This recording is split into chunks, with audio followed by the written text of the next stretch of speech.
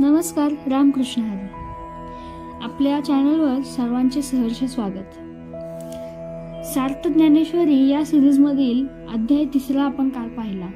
आज आपण अध्याय 4 पाहणार आहोत, पण त्याआधी आपल्या चॅनलला सबस्क्राईब करायला विसरू नका. व्हिडिओ आवडल्यास लाईक, शेअर आणि कमेंट नक्की करा. चला, अध्याय 4 ज्ञानकर्म संन्यास योग. श्रीमद भगवत गीतेवरील आपले प्राकृत निरूपण करत या ज्ञानेश्वरीच्या 3 अध्यायात ज्ञानदेवांनी आपल्या रसाळ अन प्रासादिक भाषेत निवेदन केले. पुढच्या नव्या अध्यायाचा प्रारंभ करताना प्रथम गीताबोध श्रवणापुढे जमलेल्या श्रोत वर्गाचे ते कौतुक करतात. ते श्रोत्यांना म्हणतात, माय बापू, तुम्ही खरोखर भाग्यवान आहात. भाग्यवान म्हणण्याचे कारण असे की आज त्या कृष्णार्जुन संवादामधून आपल्याला एक आगळीवेगळी अशी मेजवानी मिळणार आहे. प्रत्यक्ष आपल्या माता पिता बंधू या कोणाला जे कधीही सांगितले नाही ते गृह्यज्ञान तो श्रीहरी आपल्या प्रिय अर्जुनाला सांगणार आहे. मागील 3 अध्यायात भगवंतांनी प्रत्येकाने ज्याचे त्याचे विहित कर्म केलेच पाहिजे असा निर्णय दिला आहे.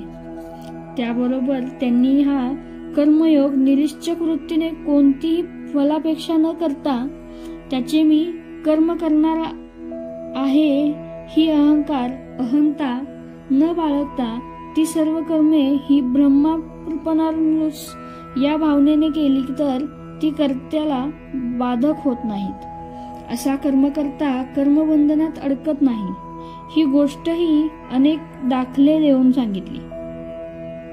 या अध्यायात तो सर्वसाक्षी सर्वेश्वर भगवान श्रीकृष्ण परमात्मा ते परम गृह्यज्ञान सांगताना म्हणतात, बा अर्जुना, अरे कर्मयोग जो मी म्हणतो की सर्वांनी अवश्य आचरायला हवा, त्याच्या आचरणातच भक्तांचे कल्याण आहे, हित आहे. तो कर्मयोग फार प्राचीन काळापासून चालत आलेली उपासना आहे. तो खरोखरच आत्मकल्याणाचा मार्ग आहे. कर्मे तर करायची, पण फलापेक्षा न धरता ती ईश्वरार्पण करून आपण त्या कर्मबंधनातून मुक्त व्हायचे, हेच ते गृह्य ज्ञान आहे. हा भाग मी पूर्वी म्हणजेच फार प्राचीन काळी मी विवस्वानाला अन सूर्याला सांगितला. सूर्यानं तो वैवस्वत मनुला सांगितला. मनुने त्या कर्मयोगाचे आचरण करून तो इक्ष्वाकू नामक आपल्या पुत्राला सांगितला. मी विवस्वानास सूर्यास दिलेले ते ज्ञान पुढे अनेक राजर्षी पर्यंत पोहोचले. पण काही काळानंतर मात्र असे घडत गेले की माणसे देह म्हणजेच जीव असे मानू लागले. लोकांची वृत्ती ही देहासक्त अन विषय सुखानंदात रमू लागली. अन त्याचा परिणाम म्हणून की काय, पण हा खरा ज्ञानाचा कर्मयोगाचा भाग मागे पडला. निष्काम कर्मयोग लुप्त झाला. त्याचा सर्वजणांस सोयीस्करपणे विसर पडला. तोच प्राचीन पण तेवढाच आत्मकल्याणकारी कर्मयोगाचा मार्ग, ती साधना, ती उपासना, तो अभ्यास मी केवळ माझ्या तुझ्यावरील अपूर्व प्रेमापोटी या युद्ध प्रसंगीही तुला म्हणून परत एकदा सांगतो आहे. श्रीकृष्णाचे हे असे बोलणे ऐकून अर्जुनाच्या मनात एक शंका निर्माण झाली.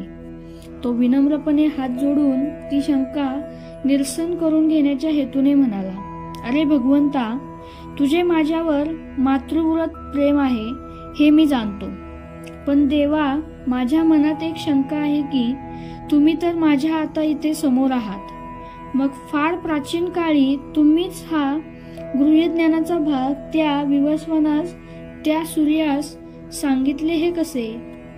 तेव्हा अर्जुनाच्या मनात नेमकी काय शंका आहे, आत्मस्वरूपाबद्दल तो किती अज्ञानी आहे हे ओळखून मातेच्या ममत्वाने त्याला समजावीत श्रीहरी म्हणाले, बा अर्जुना, तू मला काय किंवा स्वतः प्रत्यक्ष तुला सुद्धा काय तर देह भावनेने ओळखतो आहेस. पण मी जे तुला सांगतोय तो भाग या देहाच्या परिचयाचा नाही, तर तो आत्मतत्व जाणून घेण्याचा आहे. त्या आत्मतत्वाने ठाई आपण वेगळे नाही तर एकच आहोत. ते आत्मतत्वच अनेक देह धारण करते.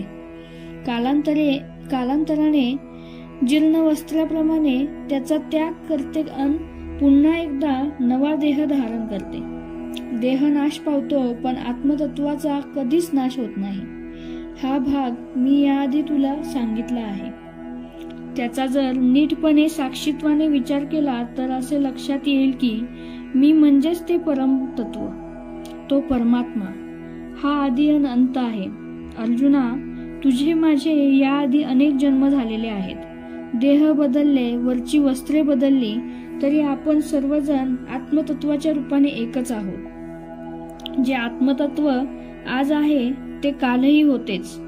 त्याच आधारे मी तुला असे म्हणालो ना की मीच हे गृह्यज्ञान पूर्वी त्यांना सांगितले ते सत्यच आहे. अर्जुना, खरं म्हणजे मला म्हणजेच त्या परमतत्वाला जन्ममरण नाही. जेव्हा माझ्याच प्रकृतीत प्रतिबिंब पडले त्याला तुम्ही लोक माझा जन्म किंवा माझा अवतार म्हणता. मीच या सकल विश्वाचा निर्माता असल्याने मलाच सर्व धर्माचे रक्षण करणे हे कर्तव्य ठरते. ज्या ज्या वेळी अधर्माचा प्रभाव वाढतो, जगातून धर्म, सत्य, ज्ञान हे निघून जाऊन धर्मास ग्लानी येणे, तेव्हा तो अधर्म, ते अज्ञान दूर करण्यासाठी मला जन्म घ्यावा लागतो. माझे धर्मरक्षणाचे कार्य करावे लागते. ज्ञानाला उजाळा देणे, अज्ञानाचा अंधकार दूर करणे, धर्म आणि व्यवहार यांची सांगड घालणे हे काम मला करावे लागते. ज्याला माझे हे असे करणे कळते तोच खरा ज्ञानी, विवेकी आणि विचारीही ठरतो. तो सर्व प्राणीमात्र्यांवर दया, प्रेम व आस्था बाळगतो. तो विवेकाने आसक्ती दूर करून विरक्तीला जवळ करतो. त्या विरक्तीतूनच त्याच्या मनात माझ्याबद्दल श्रद्धा, भक्ती, प्रेम निर्माण होते.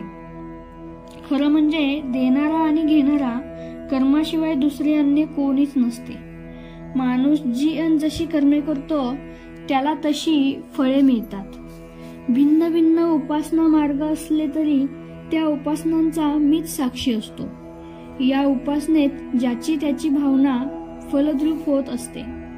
प्राणांची कर्मेही त्यांच्यातील त्रिगुणाच्या मिश्रणातून घडत असतात. ज्याच्या त्याच्या कर्मातूनच खरं तर समाजात चातुर्वर्ण्य निर्माण झालेले आहे. ब्राह्मण, क्षत्रिय, वैश्य आणि शूद्र या चारही वर्णातील माणसेही वस्तुतः एकच असतात. मी त्यांना एकच मानतो. मी त्यांच्यात कोणताच उच्च नीच हा फरक करत नाही. समाजात कर्माच्या आधारे मीच जरी हे 4 वर्ण केलेले असले तरी मला वर्णभेद मात्र मान्य नाही. प्रत्येकाने आपले कर्म हे मला म्हणजेच ईश्वराला स्मरून आणि उत्तम प्रकारे केले. त्या कर्मापासून कोणतीच फलापेक्षा केली नाही. तीच कर्मे बंधनकारक होत नाहीत. कर्म म्हणजे काय? कर्ता कोण? कर्माचे भिन्न प्रकार कोणते? या गोष्टी नेमकेपणाने मी म्हणणाऱ्या ज्ञानवंतांनाही कळत नाहीत. त्यांचा घोटाळा होतो. तो गोंधळ घोटाळा दूर व्हावा म्हणून मी आता तुला कर्माचे जे 3 प्रकार आणि त्यातला नेमका फरक काय ते सांगतो. तो सर्व भाग तू नीटपणे ज्ञान करून घे. हे बघ, कर्माचे एकूण 3 प्रकार आहेत. ते म्हणजे कर्म, विकर्म आणि अकर्म. ज्यापासून जगाची उत्पत्ती होते ते कर्म.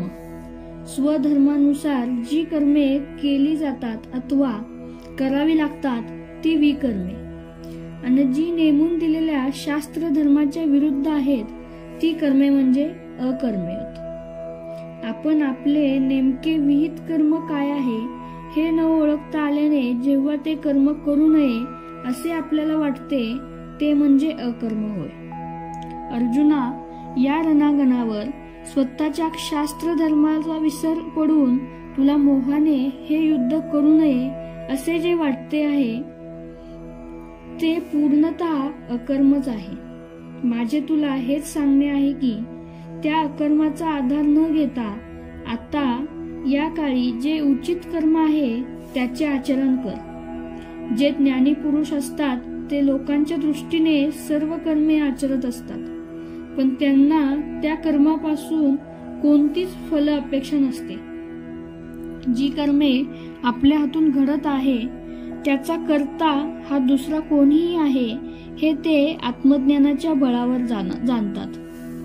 ते कृत्य कर्मे ईश्वरार्पण करतात. अशा आत्मतत्वाची खरी ओळख झालेल्या ज्ञानी पुरुषाला सर्वत्र त्या एका आत्मतत्वाचे दर्शन घडत असते.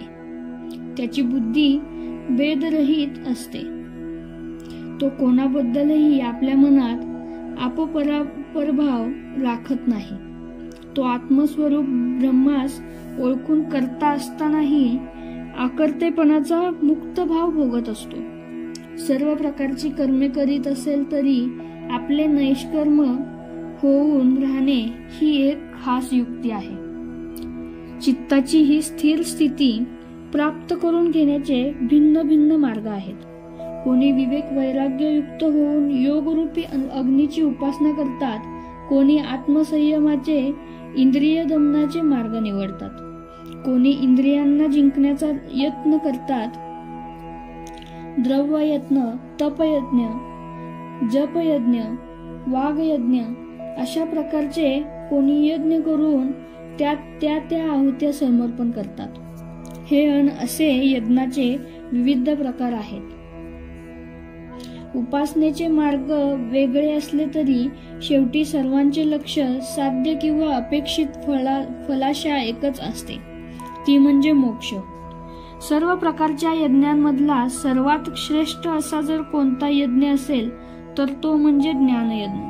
ज्ञानासारखी दुसरी कोणतीही वस्तू श्रेष्ठ नसून ती केवळ ज्याला सर्व विषयांचा पुरता वीट आला आहे, ज्याला इंद्रियांची ओढ नाही, जो कर्माचे कर्तेपण आपल्याकडे घेत नाही, अशा पुरुषाला खऱ्या शांती सुखाचा आणि परमानंदाचा अनुभव प्राप्त होतो. जन्माला येऊन ज्याने विवेक, वैराग्य, संयम राखला नाही त्याला परलोक प्राप्ती तर सोडाच, पण त्याला साधा इहलोकीच्या जीवनाचा आनंदही मिळत नाही. ज्याला आत्मज्ञानाची आवड नाही, ओढ नाही, ते जाणून घ्यावे असे वाटत नाही, त्याच्या जगण्याला कसलाच अर्थ नसतो. ज्या मनुष्यास ज्ञानप्राप्तीची ओढ नाही, जो संशयरूपी अग्नीत पडतो, विषयांच्या भोगानंदासच खरा आनंद मानतो. ज्ञानाचा जिथे अभाव असतो तिथे संशय निर्माण होतो. अज्ञानातून जन्मलेल्या संशयाला बुद्धी आणि चित्त यांच्या मदतीने ताब्यात आणता येते. ज्ञानरूपी खड्ग्याने संशयाचे मूळ तोडता येते. एकदा का मनातून संशय, संभ्रम दूर झाला की चित्ताला स्थिरता येते. म्हणून हे पार्था, माझे तुला हेच सांगणे आहे की तू तुझ्या कल्याणासाठी स्वधर्माचरणाचा उत्तम मार्ग आचर. तू इथे या समरांगणात युद्धास तयार हो. भगवान श्रीकृष्णांनी अर्जुनाच्या कल्याणार्थ त्याला वरील प्रमाणे जो हितोपदेश दिला तो ऐकल्यावरही अर्जुन पुन्हा कोणता तरी महत्वाचा प्रश्न विचारणार आणि तो श्रीकृष्णरूपी कृपामेघ त्याचे यथोचित उत्तरही देणारच. तो सर्व सुंदर आणि श्रवणीय असा कथाभाग मी तुम्हा श्रोत्यांना अर्थपूर्ण आणि रसभरीत भाषेत निवेदन करण्याचा प्रयत्न करणार आहे. भगवंताला अर्जुनाने केलेला प्रश्न आणि त्याचे उत्तर हा पुढील अध्यायाचा विषय असेल. नवरसांनी परिपूर्ण असणारी माझी प्राकृत मराठी भाषा तुमच्या मनास नक्कीच परम संतोष देईल. कारण माझ्या या मराठी बोलण्यातून शांतरस प्रकट होणार आहे. ज्याप्रमाणे छोटे सूर्यबिंब अवघे त्रिभुवन उजळून टाकते, त्याप्रमाणे माझे बोल तुम्हा श्रोत्यांना तत्वज्ञानाचा गूढ गृहज्ञान सांगून जातील आणि तुम्ही त्या श्रवणाच्या शांत रसाने भरून पावलं. असे निवृत्तीनाथांचे शिष्य ज्ञानेश्वर महाराज हे या अध्यायाबाबत म्हणतात. ज्ञानेश्वर महाराज पुढे असेही सांगतात की हे कृष्णार्जुन संवादातले गीताज्ञान तुम्हास नक्कीच अंतकाळी मोक्षाचा अनुभव प्रचितीस आणून देईल. तेव्हा माझे तुम्हास नम्र सांगणे आहे की तुम्ही हे श्रवणामृत अखंड सेवन करा. धन्यवाद.